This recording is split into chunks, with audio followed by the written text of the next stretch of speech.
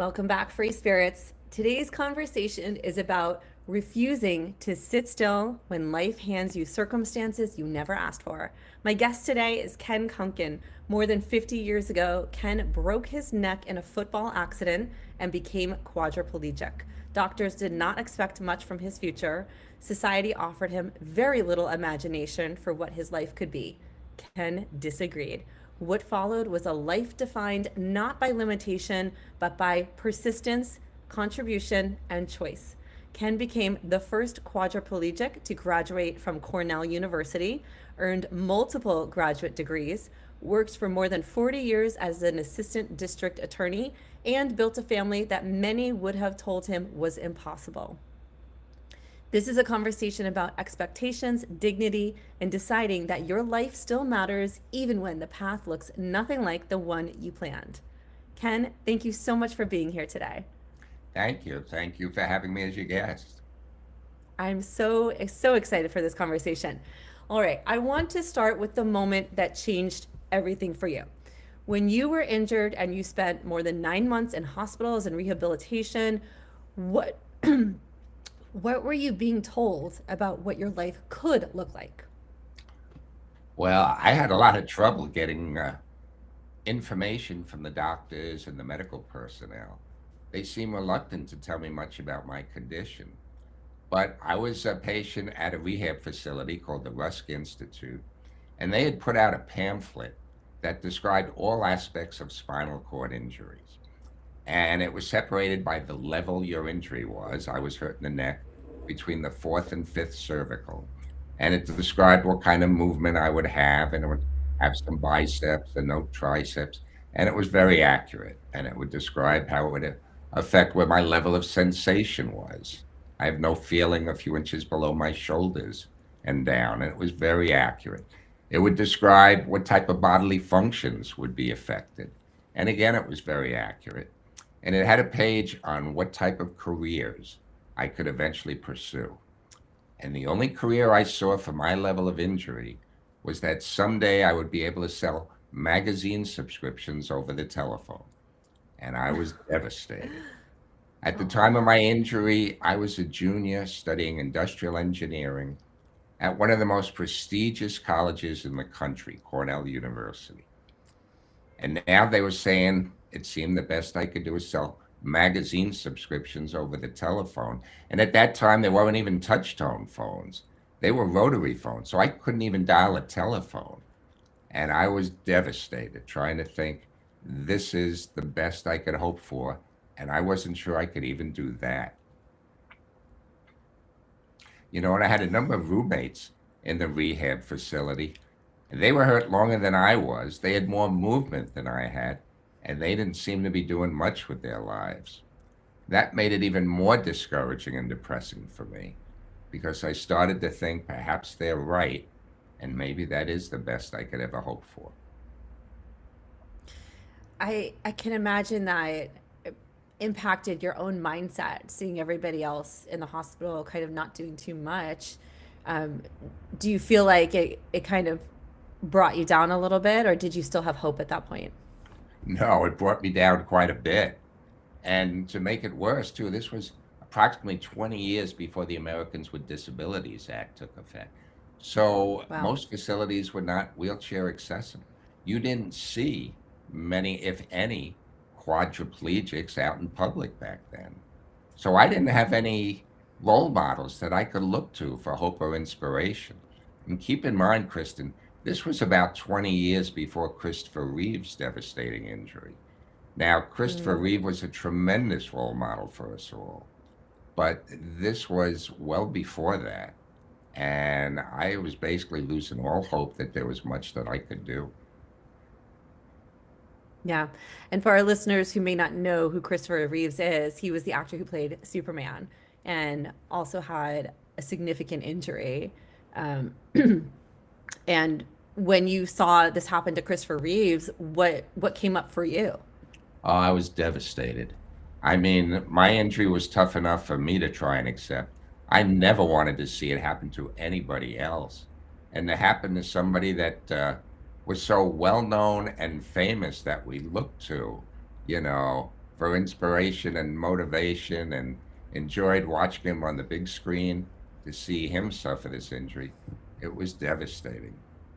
It was like reliving Hmm. it myself for what happened to me. Yes, I can imagine. Um, okay, so I want to go back to your journey. So when you returned to Cornell, as you said, it was like 20 years before ADA, the campus was not accessible. You had to be physically carried and bounced down steps just to attend classes. What kept you going during that difficult time? Well, my family had been encouraging me every step of the way. They believed that Hmm. since I still had my mind, my intellectual ability, that there was a lot I could still do. And I did my best just to try and ignore the physical limitations, and set my mindset that there was more I could do, and I was going to do everything I could to accomplish it. And I had a lot of help from my fellow classmates and my fraternity brothers and my football teammates, who all seemed ready, willing, and able to help me achieve what I wanted to achieve. And after a while, I felt like I'd be letting them down if I didn't do everything I could do to succeed at Cornell and make something of my life. And you certainly did. For starters, you became the first quadriplegic to graduate from Cornell. And looking back at that, what did that achievement represent for you beyond just the degree itself? Well, it meant that I could do things despite what everybody seemed to think. I mean, I think most people thought I was probably crazy to go back to Cornell, such an inaccessible campus, when I did. But I believed, and my family believed, I could make it work if I set my mindset right. And when I was able to accomplish that, I believed there was still a lot more I could do. And after Cornell, you shifted towards helping others and you earned graduate degrees in education and psychology. Even with those credentials, you struggled to get hired. What did that period teach you about opportunity and bias? It was so frustrating.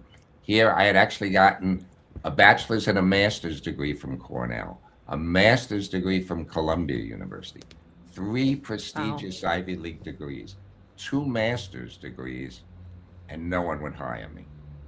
I mailed out more than 200 resumes, and I looked for a job for a year. And I was even turned down when I offered to volunteer my services. It seemed Wow. everyone felt I was just too disabled to work, and I was devastated. I mean, I was just looking for the opportunity to show what I could do, just the opportunity. And I know when I met with my advisor at Columbia, that was for my second master's degree. He told me when we first met that despite what they were teaching there, even people in the rehab field would be hesitant to hire me to work.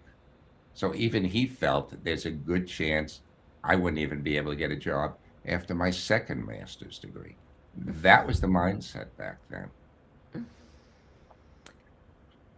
It I mean, I know it was a different time. It shows in one sense how far we've come. And I think it's also important to recognize that we still have a long way to go in terms of awareness of all kinds of disabilities, ensuring fair opportunities. And, um, I had a conversation with my daughter recently. She's in second grade. And we were talking about people with disabilities, all kinds, right? Physical disabilities, mental disabilities. And it's very difficult because some disabilities are obvious. You can physically see somebody is disabled and some you cannot. And how can you still give everybody a fair chance and treat people with kindness and respect no matter what? And it kind of occurred to me the fact I was even having this conversation with her in the first place, is a pretty big deal. Like I can remember as a child, my parents never ever would have said anything like this to me. There's so much literature out there and books and role models, including people like yourself, that bring this up and make sure that we're getting this in front of people who are listening, whether it's parents who are teaching the next generation or coworkers and peers, people in government and politics. It's all super important. So that's incredible. Thank you. Yeah, it was a very different Yeah. time. And it was very frustrating because, as I say, you just didn't see people in my condition, somebody who couldn't use their arms as well as their legs out in Right. public. And you certainly didn't see it in Right. the workplace. But I was very fortunate that I was put in touch with a person by the name of Dr. Henry Viscardi Jr., who was the head of the Viscardi Center in Long Island, and he was a tremendous role model. He was born with basically just stumps for legs, and he walked on artificial limbs. And he ended up doing great things. He became an advisor to 8 different presidents concerning people with disabilities. He wrote a few Wow. different books, and he opened a center that hired other people with disabilities. That was called Abilities Incorporated, which is part of what's now called the Viscardi Center. And he also started a Mm. school for handicapped children. Hmm. And it was a tremendous form of encouragement to me to meet him, to apply for a job with his organization, and for them to finally hire me as a vocational rehabilitation counselor. And that changed my life. That's amazing. It's always incredible for me to hear stories like where it literally takes one person to make all the difference, right? And then that put you on a completely different trajectory. And from there, you wanted to do more and more and more, right? You went to law school, you became an assistant district attorney, and you just kept going up from there. Right. And it was interesting. He encouraged me to do more. And when he heard I was interested in law, he encouraged me to leave the center and go to law school. He even wrote a letter of recommendation for me. So I went to Hofstra University School of Law in Long Island, and I completed law school in the standard 3-year time period. I passed a very difficult New York State bar exam the first time that I took it. I Ooh. was fortunate to be hired as an assistant district attorney, and I began by participating in a very intensive 4-week training program where they taught us all aspects of trial techniques from a prosecutor's perspective. And I was so happy and encouraged and motivated to go to court my first day, and I couldn't fit through the swinging doorways in the courtroom. They were No. too narrow for me to get through in my electric wheelchair. It was like, are you kidding me? After all I did, I couldn't even fit through the doorways in the courtroom. That's how I began my career. That must have been a difficult moment, knowing that you had worked so hard and put in so much effort, and then to not even be able to make it fully all the way in. It sure was. And I didn't know any Yeah. other quadriplegic assistant district attorneys on Long Island. There certainly weren't any. Yeah.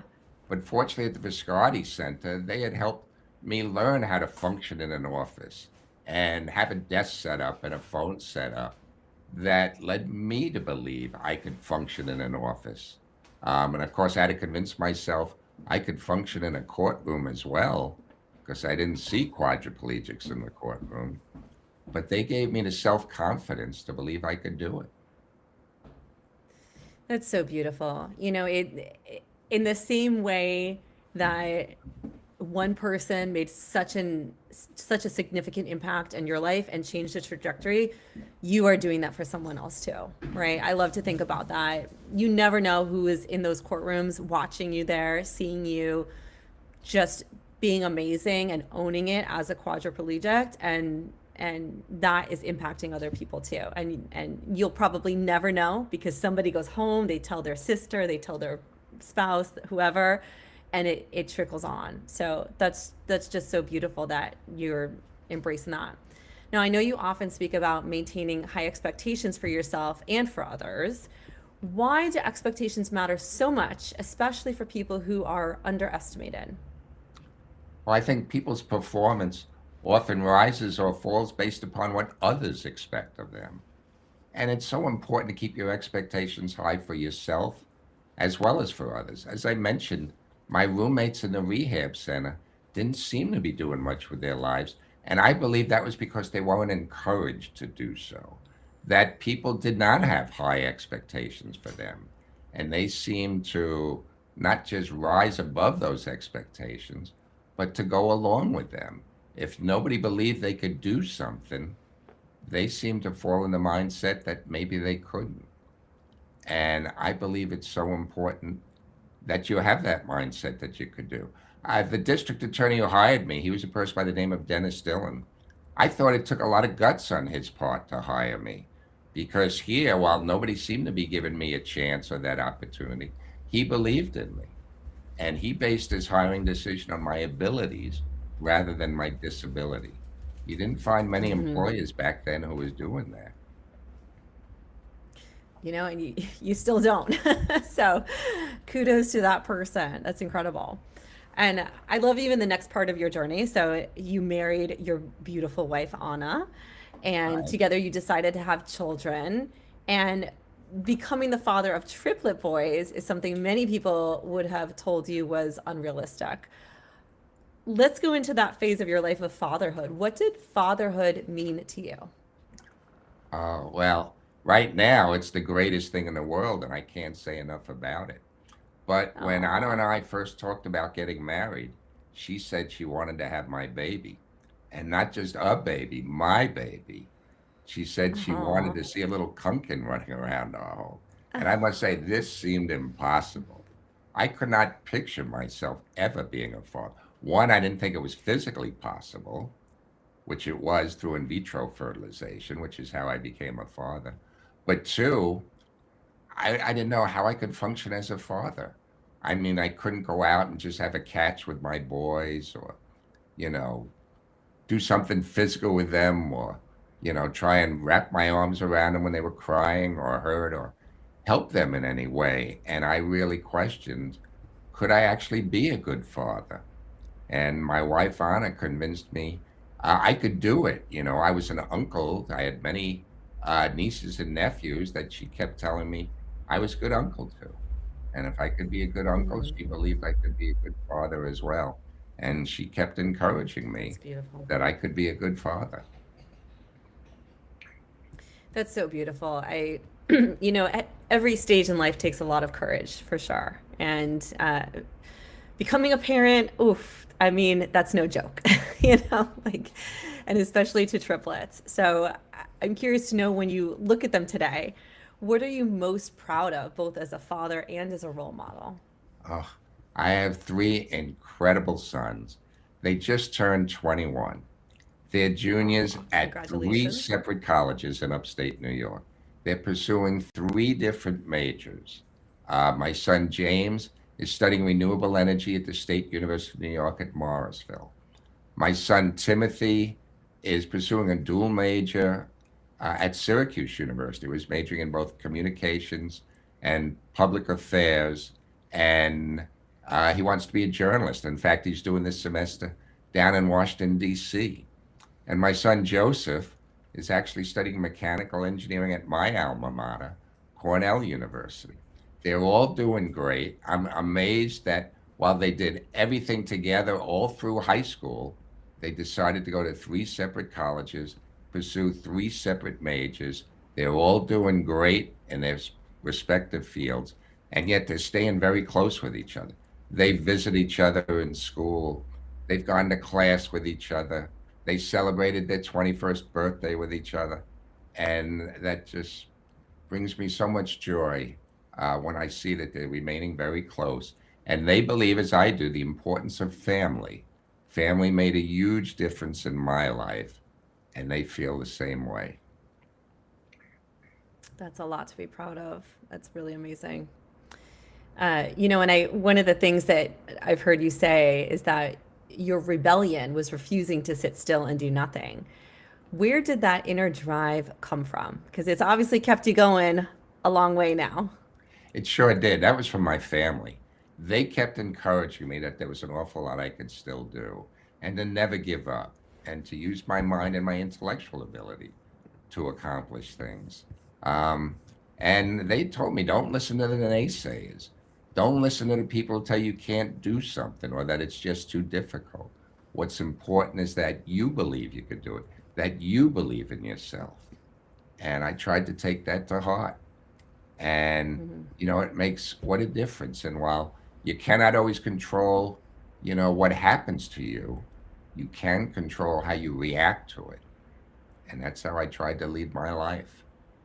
I can make the decisions. Beautiful. I can control how I'm going to move on. Absolutely. I mean, you've clearly lived a life of service, mentorship, giving back, in addition to just an incredible career. What motivated you to write your memoir, I Dream of Things That Never Were? Well, when I was first hurt, a friend of my Aunt Lorraine by the name of Al Meglin came to visit me in the rehab center. And he thought it could be very informative to others what it meant to have a spinal cord injury. People just didn't know. And what the rehab process was like. And he used to come to the center once a week and ask me to talk about my experiences. And he thought it would make for a good book. And for a while, he'd come once a week, and I didn't know how to write a book. But he said, just tell me what's happening in your life, and he'll write it down. And, then we'll go back. He said, start with what happened today, and then we'll go back and talk about your life in general. And then when I went back to school, I tried meeting with him sometimes on vacations. And after a while, even that stopped. And I actually tried to type a little bit myself. I mean, I've got a little bit of movement in my left arm, but nothing in my fingers or wrist. But with splints that I learned how to do, it was like typing with an eraser of a pencil, like typing with one finger, where I was really, really slow doing it. But on an electric typewriter, I was able to do a little bit. And then eventually, when I was married, my wife encouraged me to go back to writing the book. And when our triplets were asleep, when they were babies, which was not always at the same time, and we had to choose our spots, she would sit with me by the kitchen table, and I would dictate to her, and she'd try and write it down. And from the time I started writing the book to the time I finished was about 50 years. But we eventually finished it. But let me tell you where I got the title of my book. When I was first hurt and in the rehab center, 6 months after my injury, I was asked to testify before a United States Health Subcommittee chaired by Senator Edward Kennedy. And 8 days after my testimony, Senator Kennedy sent me a glass paperweight in the mail that had an inscription on it that the senator said his late brother Robert Kennedy liked very much. And the inscription read, "Some men see things as they are and say why. I dream of things that never were and say why not." And that's where I got the title of my book, I Dream of Things That Never Were, the Ken Kumpkin Aw, story. that is so cool. That is really cool. Really, really inspiring. Ken, this has been such an incredible conversation today. We're winding down here, and I've got one last question for you. For someone listening today who feels defined by what happened to them rather than by what they choose next, what would you want them to understand about possibility? That there are endless possibilities, and it's up to them to find the possibility, to stay motivated, to work hard, and to make it happen. Not to depend on others to make it happen, but to believe in themselves. I know somebody once gave me a little cartoon caption of a pussycat looking in the mirror and seeing himself as a lion in the reflection. And that's how you need to believe in yourself. That's how you need to see yourself. Believe you're the lion, even though there's a pussycat there. When you look in the mirror, see yourself as the lion. You need to believe you can accomplish whatever you set your mind to. And while I do not believe I always made the right decision when I made it, I worked hard to make it into the right decision once I made it.